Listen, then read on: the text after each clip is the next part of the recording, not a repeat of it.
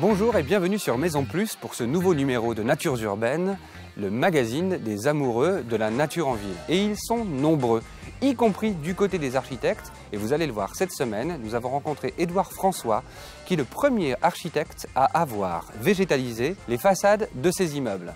Sommaire. Notre jardin secret du jour est une réalisation de Xavier, 1300 mètres carrés de charme, réalisé en alcôve, de véritables petites chambres de verdure. Avec Auray, nous allons transformer 2 rebords de fenêtres abandonnés en véritables petites jungles urbaines. Dans mes bons plans, je vous montrerai comment réaliser des jardinières débordantes à mettre sur vos rebords de fenêtres. Et enfin, nous rencontrerons Édouard François dans une de ses dernières réalisations, le quartier Eden Bio, dans le 20e arrondissement de Paris. On commence tout de suite avec notre jardin secret du jour, un jardin aux multiples recoins, imaginé par Xavier.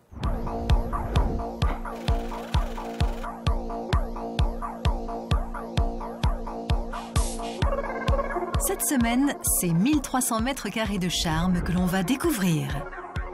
Un jardin de ville où se dissimulent plusieurs alcôves, de véritables chambres de verdure et où architecture végétale et poésie se mélangent. Alors pourquoi je suis venu m'installer ici?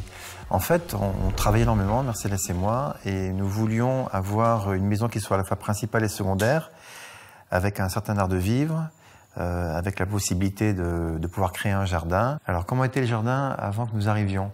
Il était un peu en friche, assez brouillon, et donc on a décidé avec Mercedes de tout reprendre à zéro, de tout enlever. Alors ce jardin est un jardin de ville, un jardin d'ombre sur lequel nous avons travaillé avec les propriétaires à des ambiances différentes, mais surtout à un choix de plantes très persistantes. Surtout ce qu'on voulait, c'est un jardin qui soit aussi bien l'hiver que l'été, vert. Ici, des plantes particulièrement intéressantes. On a le daphné qui, pour le moment, n'est pas en fleurs, associé avec le sarcococa ici qui s'appelle le sarcococa confusa. Et on va avoir des fragrances de jasmin sur une période assez importante. Donc le jardin est intéressant pour ses feuillages persistants, mais aussi pour un parfum en hiver qui est quand même assez appréciable et plutôt rare.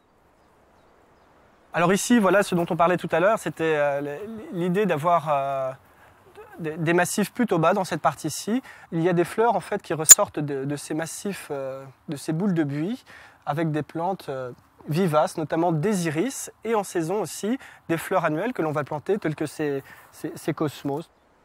Devant, je voulais que le jardin soit un peu voluptueux, un peu féminin, un peu rond, et à l'arrière, je voulais qu'il soit un peu plus structuré, avec des perspectives un peu plus fuyantes. Moi, ça m'a inspiré en fait l'idée d'augmenter un peu la profondeur de ce jardin, comme le terrain monte. C'est-à-dire, on a finalement ponctué le jardin, les 2 massifs, en limite, par ces cyprès d'Italie, à droite et à gauche, ce qui nous permet en fait de créer une sorte de porte de cadre, que l'on voit très bien comme ceci. Sur le côté latéral gauche, on reprend des prêles du Japon. Des prêles du Japon, pourquoi? Par rapport à la transparence qu'elles peuvent apporter, mais également pour sa forme très verticale qui reprend en fait les formes des châssis de la verrière.